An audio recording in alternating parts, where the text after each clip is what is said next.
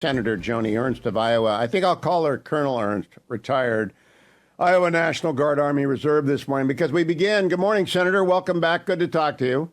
Hey, great to be with you, Hugh. Thank you. What do you know about what's your response to what Israel did overnight? Well, at this point, Hugh, I only know what is publicly available. I should learn more today as I go into work at our beautiful nation's capital. But it is in response, of course, to the attacks on Israel over the weekend. And there is a very clear difference here. You know, what we saw with Iran and their attacks on Israel, you know, hundreds of drones and missiles and very little damage done to Israel. What we saw from Israel was a very, very measured, targeted response. To me, it just shows the superiority of Israel and what it is capable of doing versus what we saw was more of a demonstrated weakness coming from Iran. Senator, there are many reports, and I haven't been able to nail them down yet, that Israel used something new, a different kind of missile. And you're on the subcommittee on emerging threats on the Senate Defense Committee, and I already referenced your military service. Mm-hmm. Should we expect to know the specifics of what Israel used, and if it was a razzle-dazzle, something that stunned the Iranians on how precisely it could hit and how it got past everything? I don't think that Israel wants us to know exactly what they are using, and again, I think that's okay. I want them to have cutting-edge weaponry and platforms. They live in a very dangerous area of the world. They are surrounded by those that are perpetuating the support for Hamas. So, yes, I anticipate that it probably is something that they have recently developed or do have in their toolbox. So I don't think we'll know right away exactly what it is. I think we can learn that in upcoming months maybe. But certainly I'm glad that they have the capability to defend as they do and to attack as they do. They have every right to exist, and they have every right to strike back against those who come at them. Now, Senator Matt Continetti, who is clearly one of the most dominant views of the next generation behind me, more of your generation. He works at AEI, he writes for the Washington Free Beacon, he's on the commentary pod. His column this morning is that Israel was right to disregard Team Biden's urging that they not do anything. I agree with Matt on that. Do you? Absolutely, I do. I see Israel and much of the world that is in chaos as direct result from the appeasement of Joe Biden and his administration. We absolutely have to stand with Israel. Israel has a right to defend itself. The result of Biden's appeasement, you know, he has told Iran, don't, over and over again. Well, it means nothing when you've appeased them for 3.5 years. The Biden administration's they've failed to enforce the sanctions. We've seen Iran's oil revenue go to a 5-year high. That's $80 billion of revenues for Iran that's directly funding their war against Israel and funding, not to mention the American troops that have been killed. Just recently, we had 3 American Army reservists killed at Tower 22 in Jordan. You know, those missiles and drones that attacked Tower 22, those were bought and paid for with Iran's oil revenue. So President Biden needs to grow a spine and start pushing back against these authoritarian regimes. Senator Ernst, I want to interrupt you there, though. I have watched President Biden this week pretty closely. Physically, it is a very unfortunate thing to see. He is infirm. Do you believe he's actually running the national security response? I think it's the triumvirs of Tony Blinken, Jake Sullivan, and Defense Secretary Austin. I don't think it's President Biden. Do you? I don't think he's capable. No, you're right. He is infirm. And so I think it's those he has surrounded himself with, or maybe a few others. But most certainly, this is a man who, in my estimation, he cannot lead. He's proven that. And whether that was willful in the past or not, just his appeasement. But I think as we move through the years, we see an ever-increasing failing Joe Biden. Senator, when you go around the Hill, do people talk about, like, the cannibal story that he came up with this week? I mean, do they, in the cloakroom or at the conference meeting, do they look at each other and say, my goodness, cannibals? Yes, actually, we were laughing about that yesterday. Oh. Where does this stuff come from?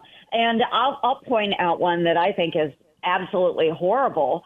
I have a friend who lost her husband in Afghanistan. She is a Gold Star wife. And just recently, over the course of the Christmas holidays, she had been invited to the White House, as they often invite Gold Star families in. And he reiterated the story that he lost his son in Iraq. Oh, my. Now, he continues to either lie about it or he simply can't remember. You know, Senator, you're too young to remember 8-track tapes. You're too young to know that when they... I do remember those. Okay, well, then you were in, like, third grade. When they begin to skip, they just kind of go different places and you got to throw them away. I think his 8-track tape upstairs is skipping. Senator Donald Trump, by contrast, went to the bodega up in Harlem, comes out at court every day and lets everybody have it. Energy to spare. I think he's going to get convicted anyway. It's a New York jury. I think that will be overturned because it's a nonsense lawsuit. What do you think that trial is doing to American politics? I think this is absolutely horrible, Hugh. It is just crazy the way the Democrats are pursuing Donald Trump on nonsense charges. And you see the exact opposite in the Senate, where we had the trial. Well, we were supposed to have the trial of Secretary Mayorkas, where we actually had evidence and proof that could have been reviewed, and the Democrats just simply dismissed it. So on one hand, they're bound and determined decades later to continue going after the former president of the United States in a bogus charge. And then you've got right there in the nation's capital, you've got Democrats who are like, oh, yeah, there's all this evidence, but we're not going to allow you to bring it up, and we're not going to have a trial in the United States Senate, even though it's our constitutional duty. Senator, yesterday, Michael Waltz pointed out that he had gone and reviewed the documents that Special Counsel Robert Hur looked at. He is shocked at what was in those documents. I don't know if you have them. I don't think you're on the Intel Committee. You're on Armed Services. But have you heard that report that the Hur documents, the ones that Joe Biden had, were very, very troubling? Well, yes, and I do trust Congressman Waltz. He's a good friend, and I have not reviewed the documents myself. I'm on Armed Services. I could go review those documents, but I know exactly what I heard in the public space as well. That is plenty troubling right there. I see what Joe Biden is doing. I see that he is infirm, as you stated. And I don't know how he can be the candidate for the Democratic Party other than he's a useful puppet right now.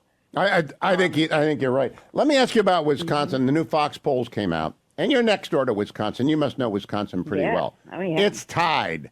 What do you think that said? I know the former president's going to win Iowa handily, but Wisconsin well. What do you think's going to happen to the state to your north? Well, I think he's going to win.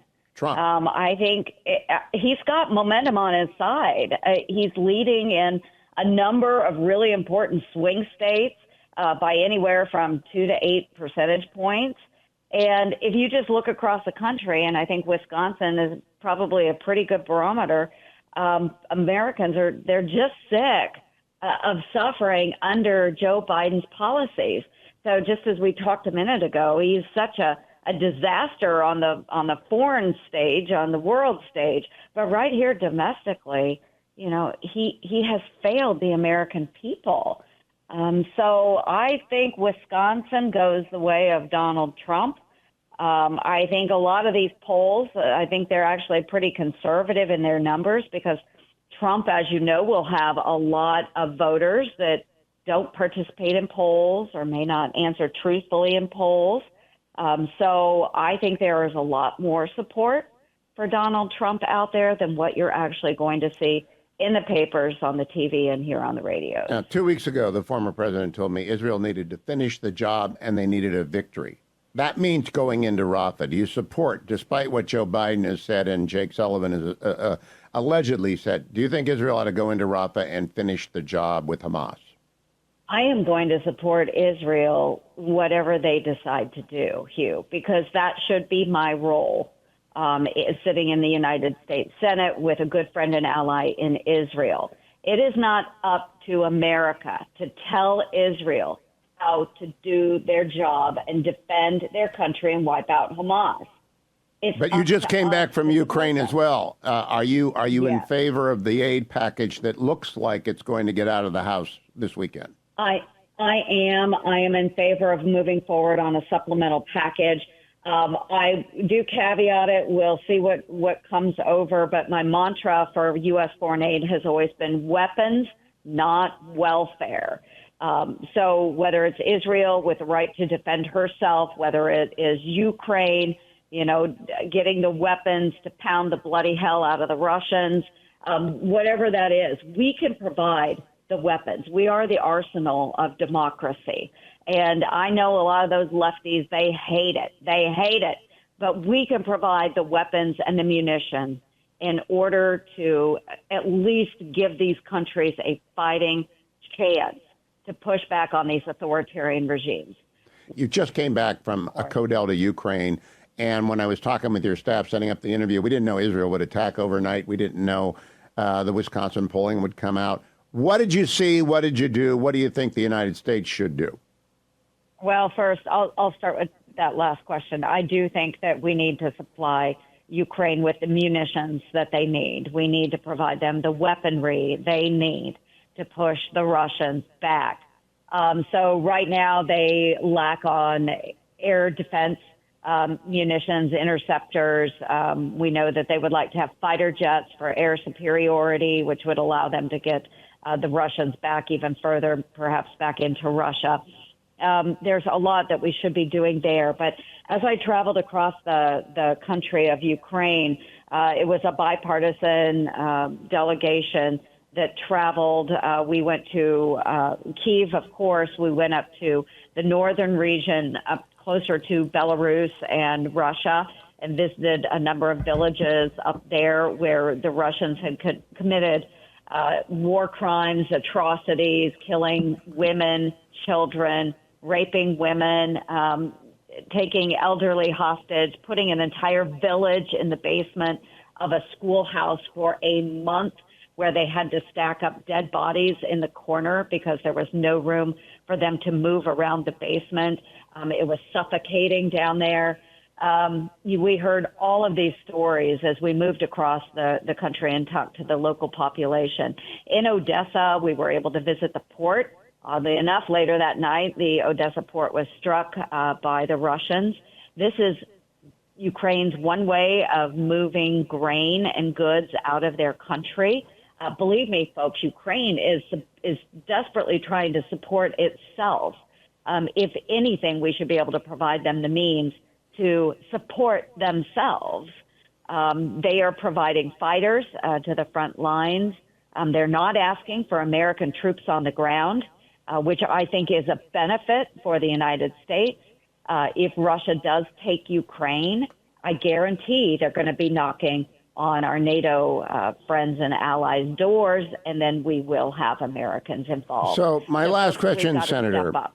We're in the election season, and obviously inflation, abortion, the president, former president being persecuted, Israel's all going to matter. How much is national security going to matter? I'm always interested in it, but I know it's only 3 or 4% of the population that votes that way. But in this election, it might be decisive that the Republicans support Israel and the Democrats don't. Right. I think it is pretty decisive, and I think Americans pay attention. I know, moms and dads out across the nation, those families, they have a lot on their plate right now because of inflation and domestic issues. But folks, all of that will not matter if we have Russia coming after us, if we have China coming after us. This is important stuff. So as long as we can keep the rest of the world strong and free, we can be strong and free. But I always believe national security includes protecting ourselves domestically. And we didn't even talk about the southern border, Hugh. That is a disaster. And that plays into our national security as well. The Chinese are sending Chinese nationals over the southern border. That's a whole nother story for another day. Our next interview, Senator. We can't do it all. Our next interview. Thank you so much for joining me. Good luck on the Hill today and getting that package passed and over the line on Sunday or Monday. I appreciate your joining me. Senator Joni Ernst of Iowa. Thank you, Senator. Thank you.